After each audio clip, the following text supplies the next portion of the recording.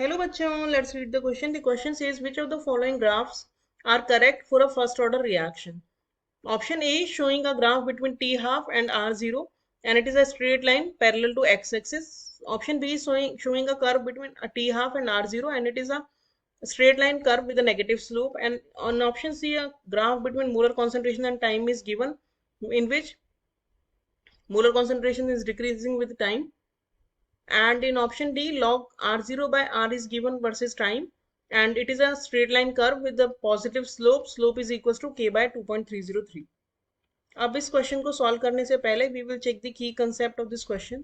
First order reaction के लिए जो कॉन्सेंट्रेशन एट टाइम t होता है that is equals to initial concentration e to the power minus kt और जो k निकालना है अगर हमें तो k होता है 2.303 बाय t log r0 यानी initial concentration divided by r.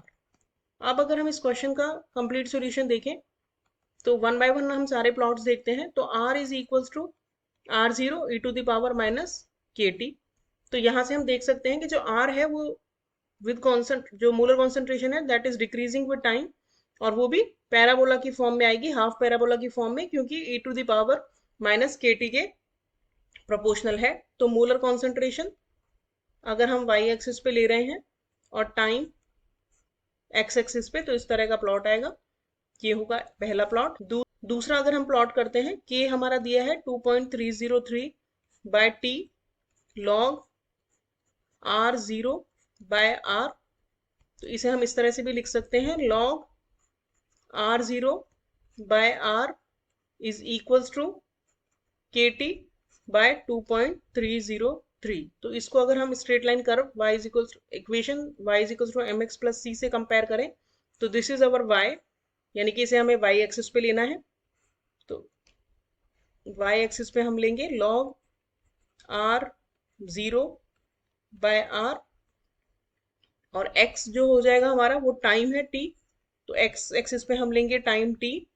तो एक हमारा स्ट्रेट लाइन कर्व आएगा जिसमें इंटरसेप्ट जो है, इंटरसेप्ट मींस c, क्योंकि इसमें एडिशनल कुछ भी ऐड नहीं है तो c हमारा 0 हो जाएगा. स्ट्रेट लाइन कर्व आएगी विथ 0 इंटरसेप्ट, यानी वो ओरिजिन से स्टार्ट होगा कर्व और उसका स्लोप यानी कि m जो होगा वो होगा इक्वल टू k बाय 2.303. तो इस वाले कर्व का स्लोप आ जाएगा हमारा k बाय 2.303. ये दूसरा कर्व हो गया. तीसरा कर्व हमें बनाना है t हाफ का.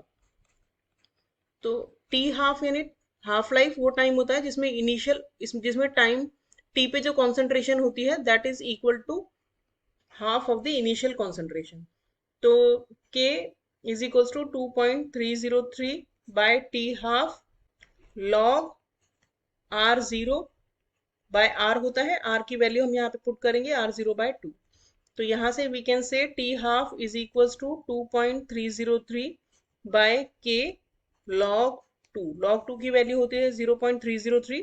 अगर वो हम रखेंगे तो 2.303 इंटू 0.3010 डिवाइडेड बाय k, तो ये आ जाएगा 0.693 by k. That means t half is not depending on initial concentration. This is initial concentration r0 to the power 0, यानी it does not depend on this. तो अगर t half और r0 में हम कर्व बनाएंगे तो y एक्सिस पे हमने लिया है t हाफ और x एक्सिस पे हम ले रहे हैं इनिशियल कॉन्सेंट्रेशन r. तो ये बनेगा curve parallel to x axis because t half does not depend on initial concentration. तो अब हम देखें तो कौन कौन से कर्व करेक्ट है. कर्व a करेक्ट है, b तो करेक्ट हो ही नहीं सकता क्योंकि a करेक्ट है, c करेक्ट है और d भी करेक्ट है. तो हमारा करेक्ट आंसर हो गया option a, c and d. Hope you understood the solution well. Thank you.